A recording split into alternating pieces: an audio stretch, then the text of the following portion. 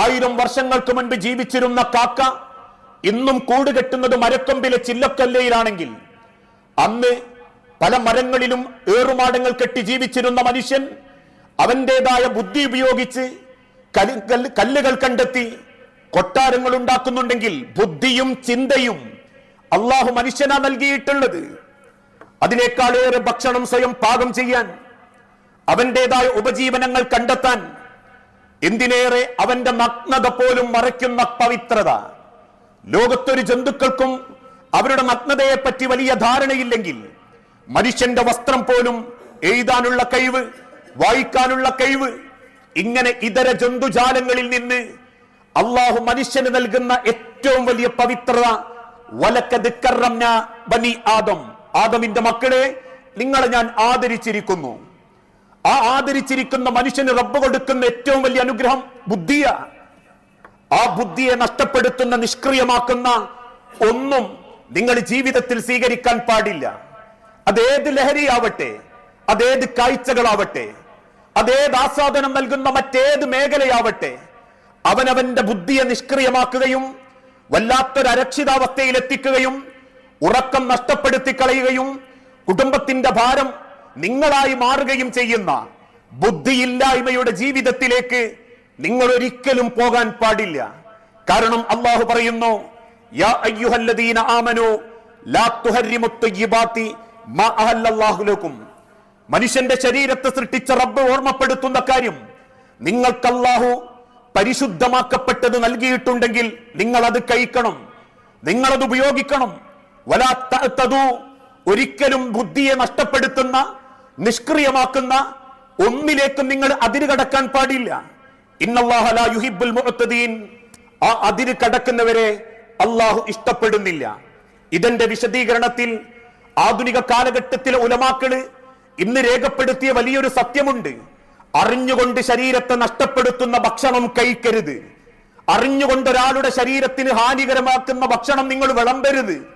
അത് ഹോട്ടൽ ബിസിനസ്സിലാണെങ്കിലും കല്യാണ സ്ഥലത്താണെങ്കിലും ഒരാളെ അറിഞ്ഞ് അയാളെ ശരീരത്തിനും ബുദ്ധിക്കും കുഴപ്പം വരുത്തും എന്നുറപ്പുള്ളത് എത്ര മനോഹരമാണെങ്കിലും എത്ര മധുരം കൂട്ടുമെങ്കിലും അത് ചെയ്യുന്നവരും പാപികളാണ് എന്ന് ആധുനിക ഉലമാക്കൾ രേഖപ്പെടുത്തിയിട്ടുണ്ടെങ്കിൽ, വകുലൂ മിമ്മാ റസഖക്കും അല്ലാഹു ഹലാലൻ തയ്യിബ, അല്ലാഹു നമുക്ക് നൽകിയിട്ടുള്ള പവിത്രതയിൽ നിന്ന് കഴിക്കുക.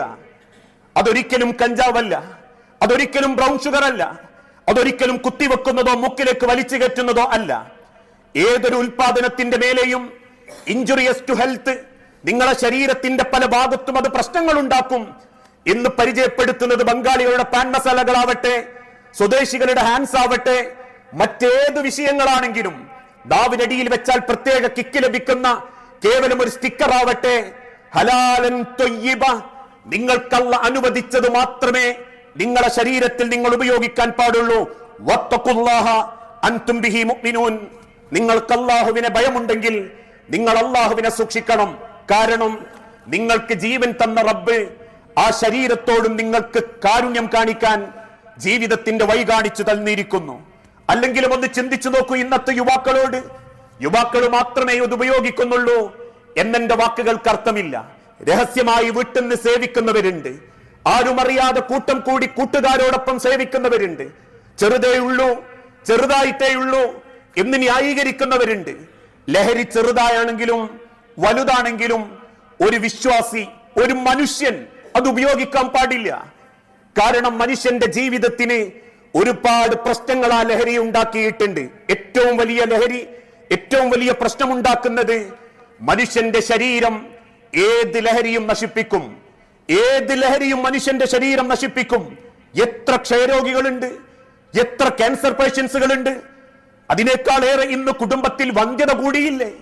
മക്കളില്ലായ്മയുടെ സങ്കടം പേറി ജീവിക്കുന്ന നിരവധി കുടുംബങ്ങൾ ഇന്നുണ്ട്. ഈ അടുത്ത കാലത്ത്, കഴിഞ്ഞ ആഴ്ചകൾക്ക് മുൻപ് ലോകാരോഗ്യ സംഘടന അവരുടേതായ സർവേയിൽ രേഖപ്പെടുത്തിയത്, 1 മിനിറ്റിൽ 30 പേരുടെ ശരീരം ഈ ലോകത്ത് നശിച്ചു തുടങ്ങിയിട്ടുണ്ട് ലഹരിയുടെ പേരിൽ.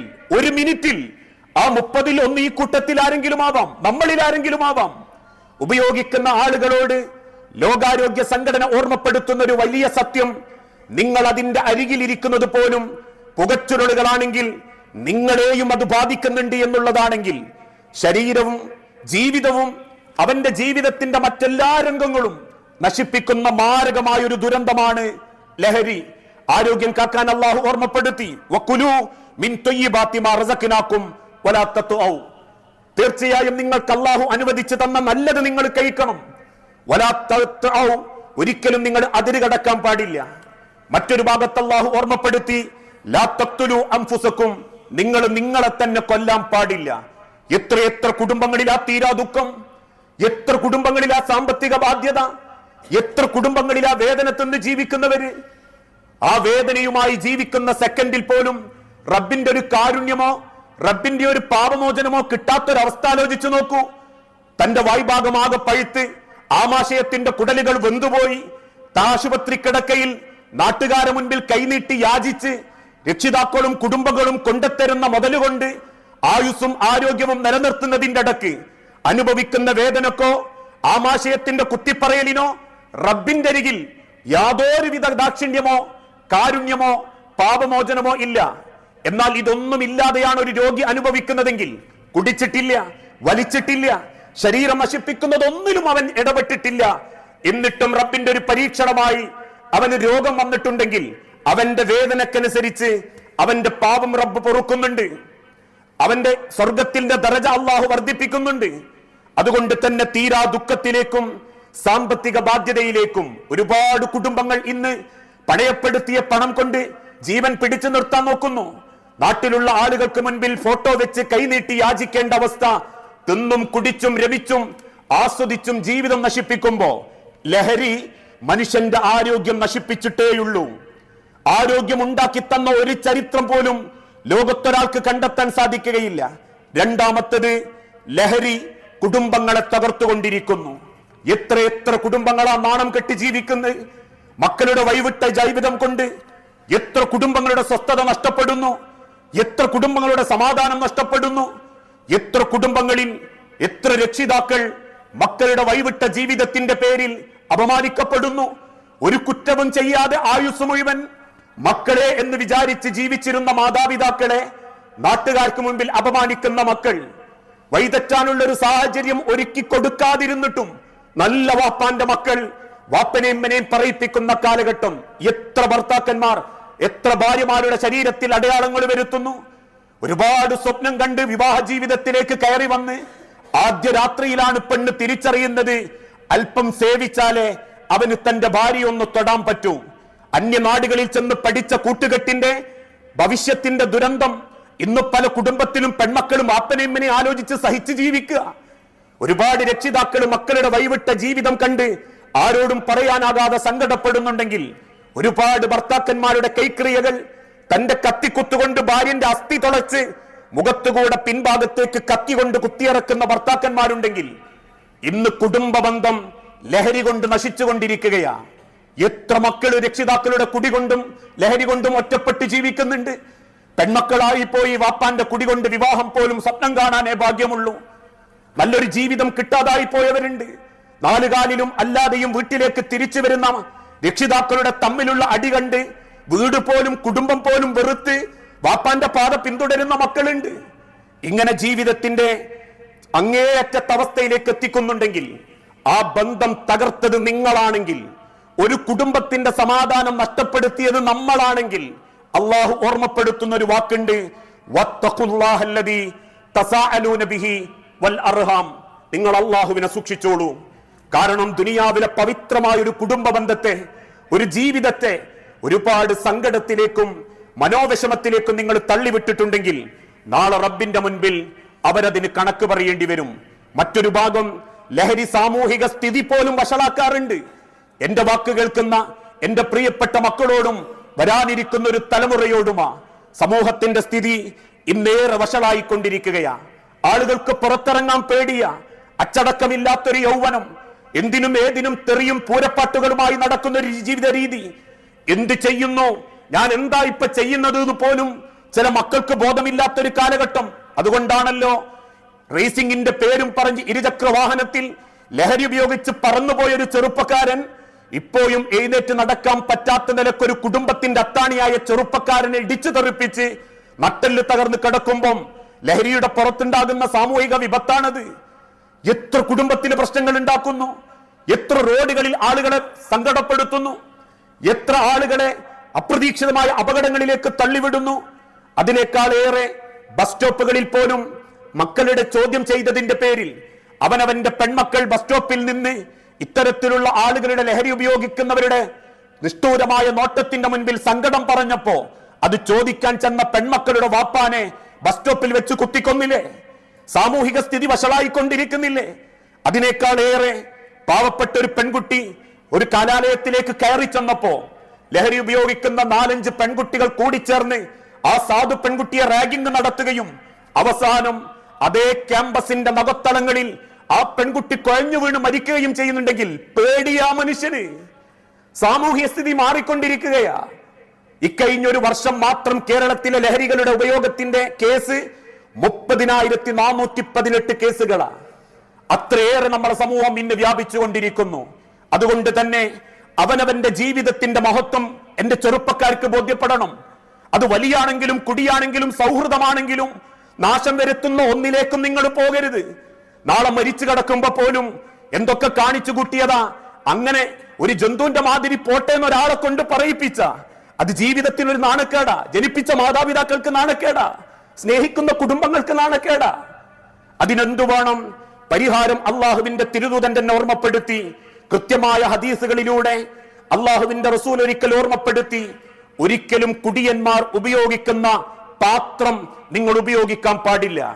അന്നത്തെ കാലഘട്ടത്തിലെ വീപ്പകൾ, അന്നത്തെ കാലഘട്ടത്തിലെ കപ്പുകൾ അത് വീണ്ടും സഹാബത്ത് ഉപയോഗിക്കുന്നത് കണ്ടപ്പോ ആദ്യമായി തിരുദൂതൻ ഓർമ്മപ്പെടുത്തി, അതങ്ങ് തച്ചു പൊട്ടിച്ച് കളയണം. ആ പൊട്ടിച്ച് കളയാൻ വേണ്ടി ചോദിച്ച സമയത്ത് തിരുദൂതൻ പറഞ്ഞൊരു വാക്കുണ്ട്, മനസ്സ് മാറാതിരിക്കാൻ. അഥവാ ലഭ്യത കുറയണം, വരവ് തടയണം. നമ്മളെ നാടുകളിലേക്കുള്ള സാഹചര്യങ്ങൾ ഉണ്ടാവരുത്. അത് വിതരണം ചെയ്യുന്ന കൂട്ടായ്മകൾ ചിന്തിച്ചു നോക്കൂ. ചോദ്യം ചെയ്യപ്പെടാത്ത ആൾക്കൂട്ടങ്ങളിലൂടെ മാത്രമേ ലഹരി വിതരണം ചെയ്യപ്പെട്ടിട്ടുള്ളൂ. പ്രത്യേകിച്ച് നമ്മളെ നാടുകളിൽ ആരോ 4 വ്ളോഗർമാർ പന്ന് ഏതെങ്കിലും ഇൻസ്റ്റഗ്രാം റീലിടുമ്പോഴേക്കും നാനാ ജാതിക്കാരും നാനാ ദിക്കുന്നും നമ്മളെ നാട്ടിൽ വന്ന് രാവ് പകലാക്കുന്നുണ്ടെങ്കിൽ ചോദ്യം ചെയ്യപ്പെടാത്ത സദസ്സുകളാണ് ലഹരിയുടെ വ്യാപകം. റമളാനിന്റെ രാത്രികളിൽ വരുന്നു, റമളാനിന്റെ പകലുകളിൽ വരുന്നു. ചോദ്യം ചെയ്യപ്പെടാത്ത കിണറിന്റെ വക്കുകളിലേക്ക്, പുഴയുടെ വക്കിലേക്ക്, ബീച്ചുകളിലേക്ക് ചോദ്യം ചെയ്താൽ അവൻ സദാചാര പോലീസായി. ആണും പെണ്ണും കുത്തയിഞ്ഞ് കൂട്ടം കൂടി രാവ് പകലാക്കുന്ന ചോദ്യം ചെയ്യപ്പെടാത്ത ആൾക്കൂട്ടങ്ങളുണ്ടോ കൃത്യമായി അവിടെ ലഹരി വിതരണം ചെയ്യപ്പെടും. അതുകൊണ്ടാ പണ്ട് ദൂരെ കെട്ടത് നമ്മളെ കുടുംബത്ത് കെട്ടു തുടങ്ങിയത്. ആ സാഹചര്യം ഉണ്ടാക്കരുത്. അതിന് സാഹചര്യം ഉണ്ടാക്കുന്നവരോട് കൃത്യമായ ബോധമുണ്ടാക്കണം. സർക്കാർ സംവിധാനങ്ങൾ പോലും ബോധ്യപ്പെടുത്തി രാത്രി ഇന്ന സമയത്തിനുള്ളിൽ നിങ്ങൾ നിങ്ങളുടെ സ്ഥാപനത്തിന് ലോക്കിട്ട് തിരിച്ചു പോകണം.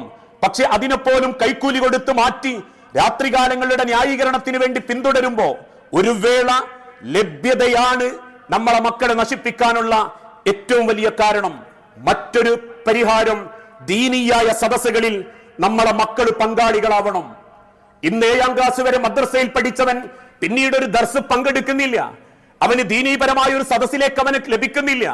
അവന്റെ പ്രായത്തിനനുസരിച്ച് അവന്റെ ഏറ്റവും മനോഹരമായ ടീനേജ് പ്രായം 17, 18, 19, 20 ആ ടീനേജ് പ്രായത്തിൽ അവന്റെ സൗഹൃദങ്ങളുടെ കൂടെ അവൻ ജീവിതം ആസ്വദിച്ചു തുടങ്ങുമ്പോ അവിടെ കൃത്യമായ മുന്നൊരുക്കം കൊടുക്കാൻ കേരളക്കരയിൽ നിരവധി രീതികളുണ്ട്.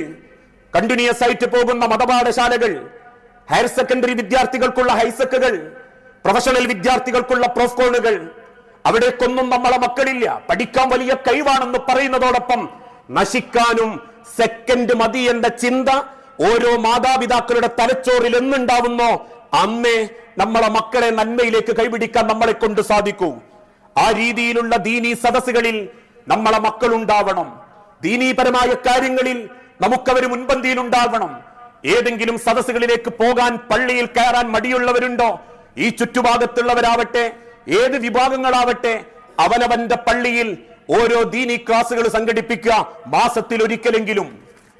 ഏത് പള്ളിയിലാവട്ടെ, കയറി ചെല്ലുന്ന ചെറുപ്പക്കാർക്ക് ഇന്ന പള്ളി കയറാൻ മടിയുണ്ടോ? അവരുടെ പള്ളികളിൽ സംഘടിപ്പിക്കപ്പെടട്ടെ. എന്താണ് ദീന്? ജീവിതത്തിന്റെ ലക്ഷ്യമെന്ത്? കാരണം അൽ ഈമാനു യസീദു വയൻകുസു, ഈമാൻ ചിലപ്പോ കുറയും ചിലരുടേത്. സങ്കടങ്ങളോ പ്രശ്നങ്ങളോ, പലരും പറയുന്നത് പോലെ എന്തേ ലഹരിയിലെത്തിയത് പ്രണയ നൈരാശ്യം, എന്തേ ലഹരിയിലെത്തിയത് വിദ്യാഭ്യാസത്തിലുള്ള പോരായ്മ, ജോലി കിട്ടായ്മ. ഇവിടെയൊക്കെ മനുഷ്യനെ നന്മയിലേക്ക് നയിക്കാൻ ഒരൊറ്റ വാക്കിനെ പറ്റൂ, അലാ ബിദിക്രില്ല, അള്ളാഹുവിനെ ഓർക്കണം. അവൻ തന്നതാണ് ജീവൻ, അവനിലേക്കാണ് മടക്കം.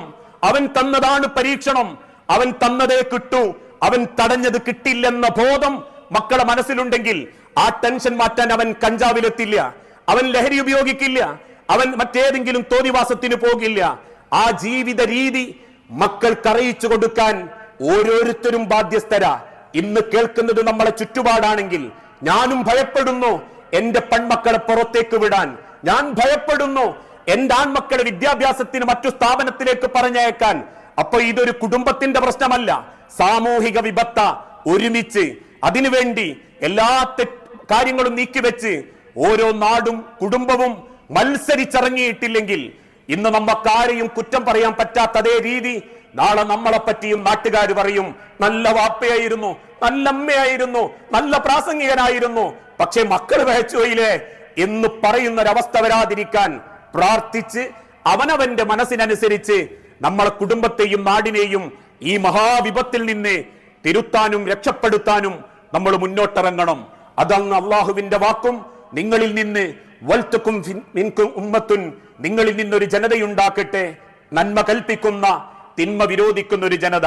ഇനിയും കാത്തു നിന്നാൽ ഒരുപക്ഷെ പണ്ട് പാശ്ചാത്യ രാജ്യത്ത് കെട്ടിരുന്നത് പോലെ കാണുന്നിടത്ത് വെച്ച് കൊന്നുകളയാനും പിടിച്ചുപറിക്കാനും, കാണുന്നിടത്ത് വെച്ച് മനുഷ്യന്റെ ജീവൻ നശിപ്പിക്കാനും, മനുഷ്യന്റെ അഭിമാനം നഷ്ടപ്പെടുത്താനും, ലൈംഗികതക്ക് പോലും പരസ്യമാക്കുന്ന ഒരു ലോകത്തേക്ക് നമ്മൾ എത്തിപ്പെടാതിരിക്കാൻ അറിഞ്ഞ് പ്രാർത്ഥിച്ച്, തലമുതിർന്നവർ പ്രാർത്ഥിച്ചും ഉള്ളവർ അധ്വാനിച്ചും പണിയെടുക്കേണ്ട കാലം. അവിടെ ജാതി നോക്കണ്ട, മതം നോക്കണ്ട, സംഘടന നോക്കണ്ട, പള്ളികൾ നോക്കണ്ട. അള്ളാഹുവിന്റെ ദുനിയാവിൽ മനസ്സമാധാനത്തോടെ ജീവിക്കാൻ ഒരുമിച്ച് പണിയെടുക്കാൻ സാധിക്കണം. അങ്ങനെ ചിന്തിക്കുന്ന യഥാർത്ഥ മുഅ്മിനീങ്ങളിൽ അള്ളാഹു നമ്മളെ എല്ലാവരെയും ഉൾപ്പെടുത്തി അനുഗ്രഹിക്കുമാറാകട്ടെ.